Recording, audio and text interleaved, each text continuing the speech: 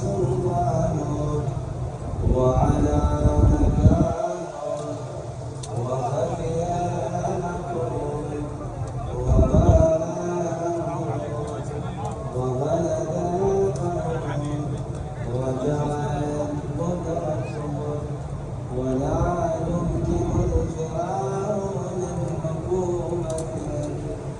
اللهم لا يجب لقبولي غافرا ولا لقبائح ساترا ولا لشيء من عمل القبيح كالحسن مبدلا غيره دليل وموعد مكاره فيها وهو الكلام تقول مدته ويدوم بقاؤه ولا يخفف عن أهله لأنه لا يكون إلا عن غضبك وانتقامك وسخطك وهذا ما لا تقوله السماوات والأرض.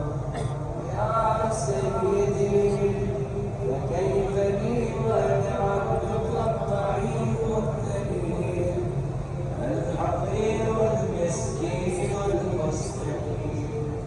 يا إلهي وربي وسيدي ومولاي لأي الأمور إليك أشكو ولباب ما ضج وأبكي لأليم العذاب وشدته أم لطول البلاء ومدته.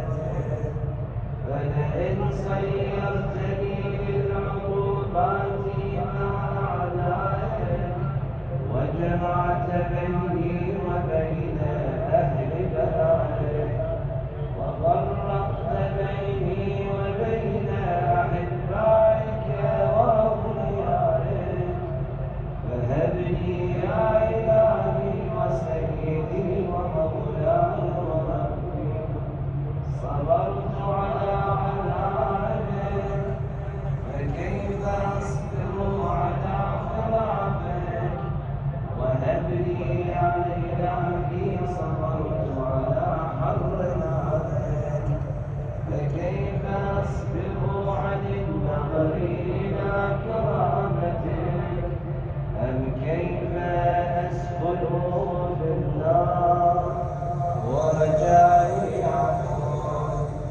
فبعزتك يا سيدي ومولاي أقسم صادقا لئن تركتني ناطقا لأضجن إليك بين أهلها ضجيجا عالمين ولأصرخن إليك صراخ المستصرخين ولأبكين عليك بكاء الفاقدين ولأنادينك أين كنت يا ولي المؤمنين.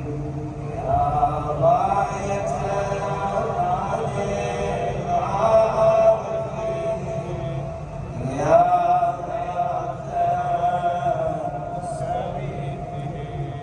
يا حبيب قلوب الصادقين ويا إله أفتراك سبحانك يا إلهي وبحمدك تسمع فيها صوت عبد مسلم سجنا فيها لمخالفتك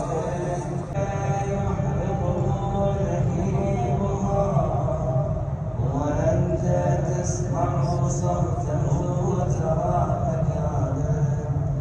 أم كيف يشتمل عليه سفيرها وأنت تعلم ضعفه. أم كيف يتغلغل بين أقدامها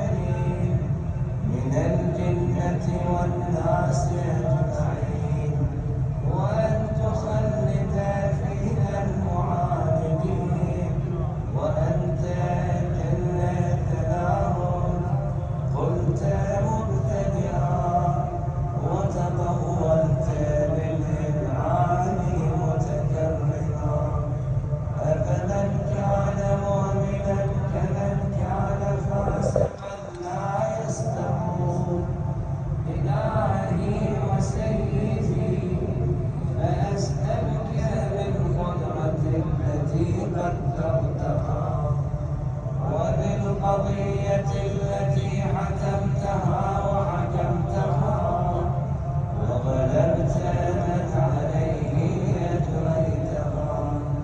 أنت أبدي في هذه الليلة وفي هذه الساعة كل جرم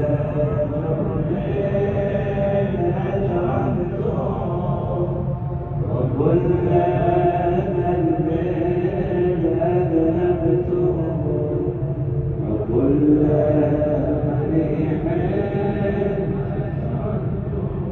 وكل جهل عملته كتبته أو أعلمته أخفيته أو أظهرته وكل سيئة أمرت بإثباتها الكرام الكاتبين الذين وكلتهم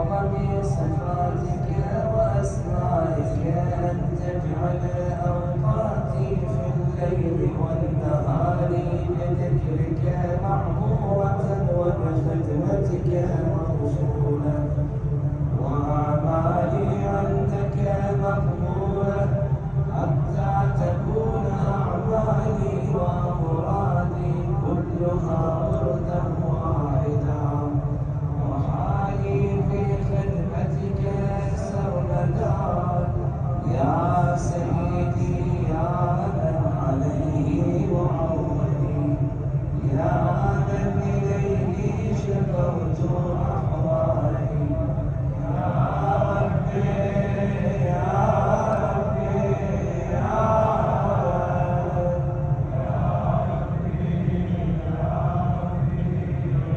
طول على خدمتك جوارحي واشدد على العزيمة جوارحي وهب لي الجد في خشيتك والدوام في الاتصال بخدمتك حتى أسرح إليك في ميادين السابقين